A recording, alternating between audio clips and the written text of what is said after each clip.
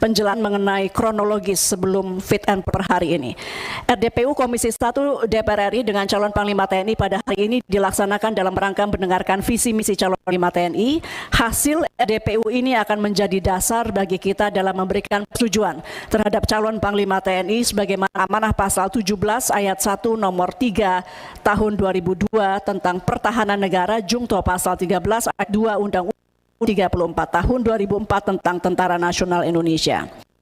Sebelum kami persilahkan kepada calon Panglima untuk menjelaskan visi misi, kami sampaikan beberapa hal terkait dengan calon Panglima TNI berikut. Yang pertama, surat Presiden telah mengirimkan surat kepada pimpinan DPR melalui surat nomor 57-Pres-10-2023 tanggal Oktober 2023 perihal pemberhentian dan pengangkatan Panglima TNI.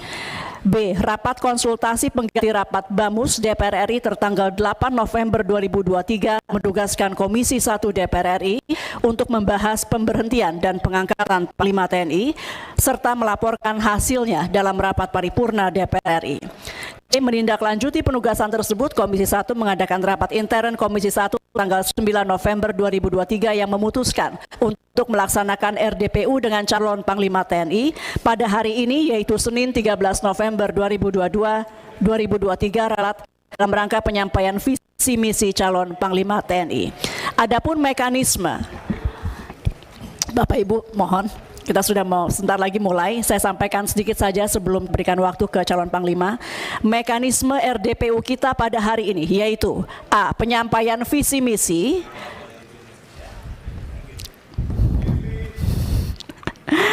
Ya, kita mau mulai sebentar lagi, jadi mohon tenang. Mekanisme RDPU kita hari ini, A. Penyampaian visi misi oleh calon Panglima TNI dilaksanakan secara terbuka, alokasi waktu kurang lebih 30 menit Bapak. Saya lihat di sini 10 lembar, jadi silakan mengatur dengan maksimal waktu 30 menit. B. Pendalaman atau tanya jawab dari fraksi-fraksi diberikan alokasi kurang lebih 7 menit. Mohon juga untuk bisa tepat waktu di 7 menit dan mengatur jika memang ada sisanya boleh anggota fraksi atau poksi lainnya bertanya. C. Jawaban calon Panglima TNI terhadap pendalaman dari fraksi-fraksi diberikan alokasi 20 menit. Jadi itu kurang lebih mekanismenya. Kita persilahkan kepada yang terhormat calon Panglima TNI Jenderal TNI Agus Subianto SEMSI untuk menyampaikan visi dan misinya. Sekali lagi mohon ruangan bisa tenang karena ini menyangkut pertahanan kita ke depan. Silakan. Terima kasih Ibu Ketua. Bismillahirrahmanirrahim. Assalamualaikum warahmatullahi wabarakatuh. Salam sejahtera untuk kita semua. Salam, Om Swastiastu, Nama Budaya, Salam Kebajikan. Yang terhormat dan yang saya muliakan Ketua Komisi 1 DPR RI, Ibu Mutia Hafid. Yang saya hormati para Wakil Ketua Komisi 1 DPR RI, Bapak Utut Adianto, Bapak Sugiono, Bapak Teguh Rifki Harsa, dan Bapak Abdul Haris Al-Mashari. Saya hormati para ketua fraksi, Bapak Ibu anggota Komisi 1 DPR RI yang saya hormati, serta hadirin sekalian yang berbahagia. Pertama-tama kita panjatkan puji dan syukur kehadirat Tuhan yang Maha Pengasih, lagi Maha Penyayang, karena atas rahmat karunia-Nya kita diberikan kekuatan dan kesehatan untuk dapat hadir pada acara yang sangat penting ini. Kita patut bersyukur karena stabilitas keamanan di negara kita masih terkendali dan roda pemerintahan dapat berjalan dengan lancar. Bila kita melihat di belahan bumi yang lain, saat ini mereka sedang hidup dalam situasi perang yang mencekam, penuh dengan tekanan dan ribuan nyawa menjadi korban. Bahkan hingga saat ini perang Rusia-Ukraina dan konflik Israel-Palestina belum juga menunjukkan tanda-tanda akan berakhir. Hal tersebut patut menjadi renungan kita bahwa konflik bersenjata dan perang terbuka dapat terjadi kapan saja dan dialami oleh negara manapun. Pacem para bellum. Jika menginginkan perdamaian, bersiaplah untuk perang. Adagium di atas harus diingat kembali oleh semua komponen bangsa, terutama kita yang berada di ruangan ini, karena suatu sistem persenjataan dan pertahanan negara tidak dapat dibangun dalam waktu singkat, setahun atau 2 tahun, tetapi harus direncanakan dan disiapkan dalam jangka panjang. Apa yang kita bangun dan kembangkan sekarang adalah untuk kesiapan pada 1 atau 2 dekade mendatang. Pimpinan rapat dan segenap anggota Komisi 1 yang saya hormati, sebagaimana tertuang dalam Undang-Undang Nomor 34 Tahun 2004 tentang Tentara Nasional Indonesia, negara telah mengatur tugas dan kewajiban Panglima TNI, yaitu memimpin segenap jajaran TNI dan melaksanakan kebijakan pertahanan negara sesuai konstitusi. Saya sebagai calon Panglima TNI berkomitmen akan melanjutkan apa yang sudah dilaksanakan oleh para Panglima sebelumnya dan program-programnya. Sebagaimana tertuang dalam Rencana Strategis TNI tahun 2020-2024 yang berpedoman pada sasaran kegiatan prioritas nasional pada Rencana Pembangunan Jangka Menengah Nasional tahun 2020-2024 dan Rencana Strategis Kemhan dan TNI tahun 2020-2024 dengan selalu mempertimbangkan secara seksama perkembangan lingkungan strategis dan tantangan yang akan dihadapi. Dalam pandangan saya, guna terlaksananya semua tugas TNI yang telah ditetapkan, saya memiliki visi TNI yang prima, yaitu TNI yang profesional, responsif, integratif, modern, dan adaptif. Dalam rangka membangun institusi TNI yang memiliki daya tahan dan daya gempur guna menghadapi serta mengatasi segala bentuk ancaman, gangguan, hambatan, dan tantangan yang akan membahayakan integritas bangsa dan negara. Untuk mewujudkan visi di atas, saya akan menyampaikan beberapa misi sebagai berikut. Pertama, memelihara dan memantapkan profesionalisme TNI sebagai alat pertahanan negara. Kedua, meningkatkan kemampuan yang responsif dalam menghadapi perkembangan lingkungan strategis. Tiga, memantapkan kemampuan TNI yang integratif serta bersinergi dengan kepolisian, kementerian, dan lembaga dan komponen bangsa lainnya. Keempat, mewujudkan percepatan modernisasi alutsista sesuai perkembangan ilmu pengetahuan dan teknologi. Dan kelima, mewujudkan TNI yang adaptif terhadap tuntunan tugas dan spektrum ancaman. Ketua dan seluruh anggota Komisi 1 DPR RI yang saya hormati, beberapa prioritas implementasi yang akan saya kerjakan yaitu prioritas implementasi dalam rangka memelihara dan memantapkan profesionalisme TNI mengandung maksud bahwa TNI harus well trained atau dilatih dengan baik. Setiap satuan dan prajurit TNI harus memelihara dan meningkatkan kapasitas dan kapabilitasnya dalam rangka pembinaan maupun penggunaan kekuatan TNI. Setiap prajurit harus memiliki kemahiran menembak dan bermanuver, mempunyai naluri tempur yang tinggi, dan selalu memelihara keterampilan bela diri yang handal, sehingga kapanpun dibutuhkan akan siap melaksanakan tugas. Kemudian yang selanjutnya well equipped atau dilengkapi dengan baik, pemenuhan alutsista yang modern, perlengkapan perangan dan satuan dengan mempertimbangkan tipologi daerah penugasan merupakan fokus pembinaan profesionalisme TNI. Well organized atau diorganisir dengan baik, artinya bahwa pembinaan personil di jajaran TNI harus dilakukan berdasarkan merit system. Pemenuhan personil satuan-satuan TNI diisi prajurit dengan sumber daya manusia yang memiliki kualifikasi, kompetensi, dan kinerja yang handal. Selanjutnya well paid atau dibiayai dengan baik. Syukur alhamdulillah, gaji prajurit TNI saat ini telah mengalami peningkatan yang cukup signifikan. Hal ini tidak terlepas dari perhatian dan dukungan dari pimpinan dan Bapak Ibu seluruh anggota Komisi 1 yang terhormat. Untuk itu, Dengan tulus saya menyampaikan apresiasi dan penghargaan setinggi-tingginya. Namun demikian, sabar Pak, sabar.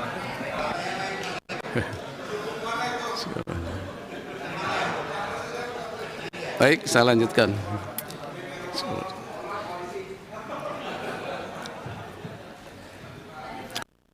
Namun demikian, berbagai tunjangan prajurit di daerah operasi masih perlu mendapatkan perhatian, termasuk fasilitas perumahan, pendidikan dan kesehatan yang layak juga diperlukan bagi prajurit dan keluarganya. Karena hal ini sangat berpengaruh pada moral dan semangat prajurit saat melaksanakan tugas. Sebagai tambahan terkait kesejahteraan, pada kesempatan ini saya juga ingin menyampaikan bahwa atas semua jasa serta pengorbanan para pejuang dan senior TNI, saya akan memberikan perhatian kepada para purnawirawan dan warakauri. Untuk prioritas implementasi dalam rangka meningkatkan kemampuan TNI yang responsif terhadap setiap perkembangan lingkungan strategis, beberapa hal yang perlu mendapat perhatian kita bersama antara lain: terkait potensi konflik di Laut Cina Selatan, perlu peningkatan kewaspadaan dan kesiapsiagaan melalui pengembangan kapabilitas satuan TNI terintegrasi di wilayah Natuna, karena satuan tersebut memiliki peran vital untuk menciptakan deterrent effect sekaligus sebagai mata dan telinga bagi sistem peringatan dini kita atau early warning system. Untuk mengatasi konflik vertikal seperti masalah di Papua, pendekatan smart power yang kombinasi hard power, soft power, dan diplomasi militer mutlak dilakukan. Hard power melalui siaga tempur untuk menghadapi kombatan dalam rangka penegakan hukum.